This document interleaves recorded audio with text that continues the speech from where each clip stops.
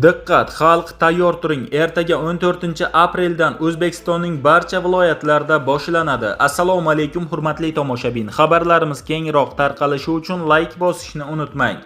O'zgidromet ertaga 14-aprel kuni kuzatiladigan ob-havo ma'lumotlarini e'lon qildi. Unga ko'ra, Toshkent shahrida ba'zi joylarda kechasi va ertalab qisqa muddatli yomg'ir yog'ishi momaqaldiroq bo'lishi mumkin.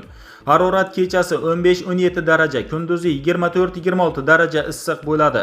Qoraqalpog'iston Respublikasi va Xorazm viloyatida yog'ingarchilik kutilmaydi. Harorat kechasi 8-13 daraja, kunduzi 23-28 daraja issiq bo'ladi. Buxoro va Navoiy viloyatlarida yog'ingarchilik kutilmaydi. Harorat kechasi 13-18 daraja, kunduzi 25-30 daraja issiq bo'ladi. Toshkent, Sirdaryo, Jizzax va Samarqand viloyatlarida kechasi va ertalab ba'zi joylarda qisqa muddatli yomg'ir yog'adi, momaqaldiroq bo'ladi. Harorat kechasi 12-17 daraja, kunduzi 24-29 daraja issiq bo'ladi. Qashqadaryo va Surxondaryo viloyatlarida kechasi va ertalab ba'zi joylarda qisqa muddatli yomg'ir yog'adi, momaqaldiroq bo'ladi. Harorat kechasi 15-20 daraja, kunduzi 30-35 daraja issiq bo'ladi.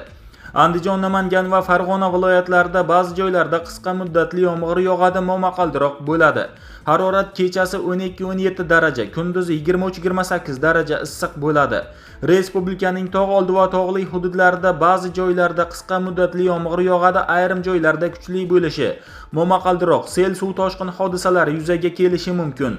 Harorat kechasi 5-10 daraja, kunduzi 13-18 daraja issiq bo'ladi deyilgan xabarda. Do'stlar, ushbu xabardan barcha O'zbekiston ahli xabardor bo'lishi uchun video ostida like tugmasini bosib, kanalimizga obuna bo'lishni unutmang.